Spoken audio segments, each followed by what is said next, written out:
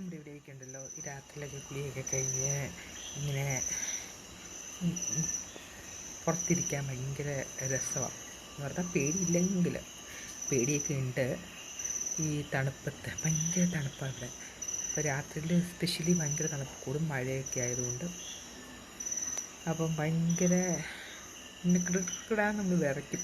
പക്ഷേ രാത്രി കുളിക്കാതിരിക്കുക ആണ് നല്ലത്. ബട്ട് ഇവിടെ നമ്മുടെ ഓരോ ജോലി തിരക്ക് കാരണം നമ്മൾ കുളിക്കും ചിലപ്പോൾ രാത്രിയാവും. എന്നിട്ട് ഇങ്ങനെ മുറ്റത്തിരിക്കുക, നമുക്ക് ഇങ്ങനെ കേൾക്കാൻ പറ്റുന്നുണ്ടോ, ചീവീടാണോ എന്തോ തവളയാണോ എന്തോ ഇതിൻ്റെയൊക്കെ സൗണ്ട് ഇങ്ങനെ നമുക്ക് കേൾക്കാം.